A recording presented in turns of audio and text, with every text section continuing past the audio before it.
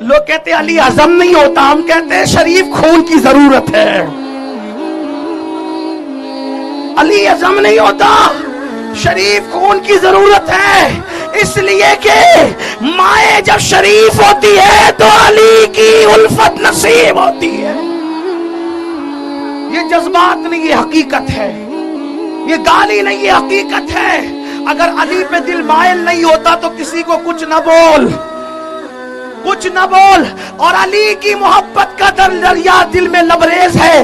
हाथ उठा उठा कर दुआ कर, अल्लाह मेरी माँ सलामत है तो सलामत रहे, कब्र में है तो रहमत नाजिल फरमाए। माँ पाक दामन थी तब खुदा ने अहले बैत की विलायत और मोहब्बत नसीब की।